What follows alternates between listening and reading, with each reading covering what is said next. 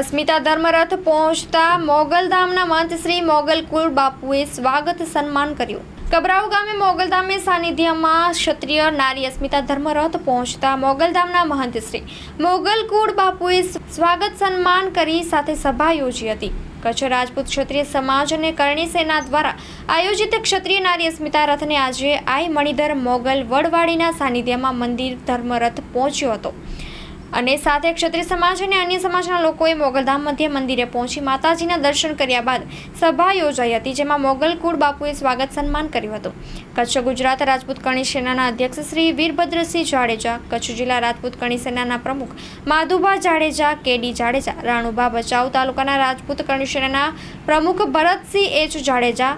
જયદેવસિંહ જાડેજા, ભચાઉ શહેર કરણી સેના પ્રમુખ લકીરાજસિંહ જાડેજા,